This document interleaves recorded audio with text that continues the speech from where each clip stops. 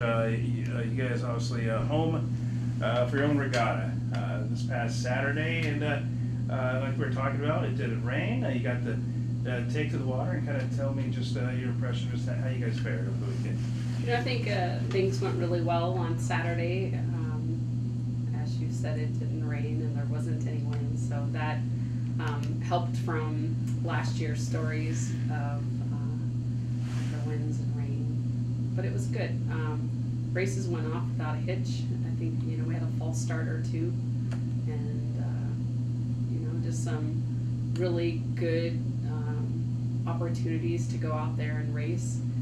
I think the women's varsity 8, I've kind of heard mixed reviews about how they felt the race went. They obviously won, so I think everybody's always happy with that, but I think they had gone out there wanting to get some really good technical things accomplished, and I'm not sure that happened. So I start the races, I see about 1 minute of racing before I have to stay at the starting line to put up the next group of people. So through kind of conversations that I've heard, while they think it was a great race, in the sense that they won, they said that they felt like they were a little bit disconnected, and for a strange reason they were really kind of psyched out, excited, kind of came off the start and never really found this length and speed that they wanted. And they raced against the tide, so the time is really slow. And that I think is always a bit challenging. Other races I think went well. A lot of obviously first place performances for the ladies, and I think when you come away with that, you feel pretty good about yourself. But things are about to get really real this weekend, and so we feel like it was the best place for us to be at the end of spring break training.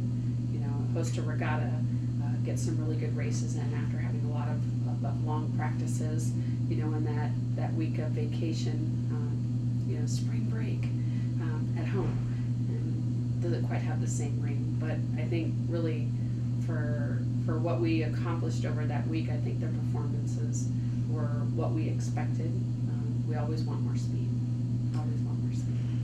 From the fan standpoint, honestly, I'm not telling hey, they need to work on their speed and that sort of thing. But from a fan standpoint, and I know the fans watching, it's kind of cool though for the varsity 8 to see two jacks, varsity 8 finishing 1-2. So aside from the speed and all that kind of stuff, how cool is that in a way to have the jacks finishing at 1-2?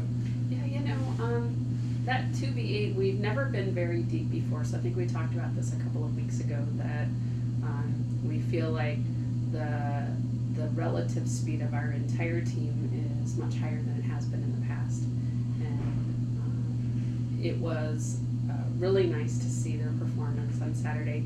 We did have an opportunity to race Mills back on March 9th, and we were just looking to see if we could find a little bit more speed. The distance between the two 8s were about the same, and the distance between Mills was about the same. So we feel like probably that was the accumulation of a week's worth of training over spring break. You have a tendency to do a little bit more than you might do during the school week, where you're arriving at 5 o'clock in the morning and you're running off for classes at 8 o'clock. So it was, I think, a really good show for them. We've made a few lineup changes. So Amanda Pope's back in the rotation for the varsity 8, and Sierra Lath, who had been in the varsity 8 while Amanda Pope was out with injury, moved back down into the 4. And we've had a few subtle changes in both lineups, but they are starting to solidify. Making those changes, what do you hope will happen for your varsity 8 though? Obviously the hope is to go faster. And that's the challenge part about Humboldt, where the tide is always moving. And that part gets a little frustrating after a while, to have no idea if you're getting any faster. And so this week we're splitting the squads up. The 8 and the 4 are heading to Oklahoma City for a really big Division II round robin, and the 2v8 and the 4 will head to Moraga to race against St. Mary's College in Santa Clara. St. Mary's definitely posted a 6-second faster time than we did when we were in Sacramento on March 9th. So I think for us, both places will give us a very clear idea of whether or not we've made any progress since going to Sacramento on March 9th. Also, Oklahoma, big test, but also how important is it that you'll have members of the rowing team in Oklahoma and also Moraga, and then everybody, everybody's not going to make that travel squad back east, but the fact that everybody's going to be out there in action.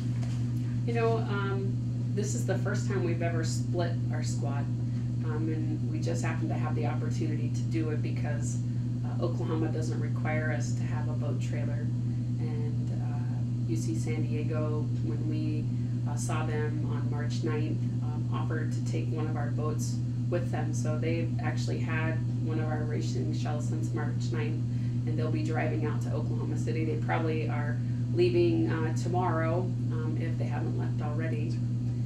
And it's interesting because it's only about a 20-hour trip for them. And I think it took us 23 hours just to get to San Diego last year on a bus. So it's a good deal for us. And St. Mary's, is a very good test, and we'll head up with Santa Clara again as well. Unfortunately, there's no opportunity for our novice to race, so they will be staying home and they'll be practicing while we're gone. So everybody will be busy this weekend. I would check that boat when you're in Oakland. No, I'm joking. I've heard that too. Obviously it was an adventure last year when you guys went there. What is the importance? You're going to be facing good competition throughout the rest of the way. So how important is it to be going back there and competing against those other schools? Last year was really hard, right? We started the season in March and we were 10 seconds behind UCSD, and Central Oklahoma is hosting, and they go on to become the national champions, and they were fast, really fast. So it's hard to get to that point in your racing season and recognize that there's not much that you're going to be able to do to change the outcome of the season. And it wasn't for lack of trying, but to come out with San Diego and to best them in March doesn't mean that we'll go back out and best them again, because this is a very special crew for San Diego. They have, I think, 6 seniors in their varsity 8. They have 4 seniors in their varsity 4.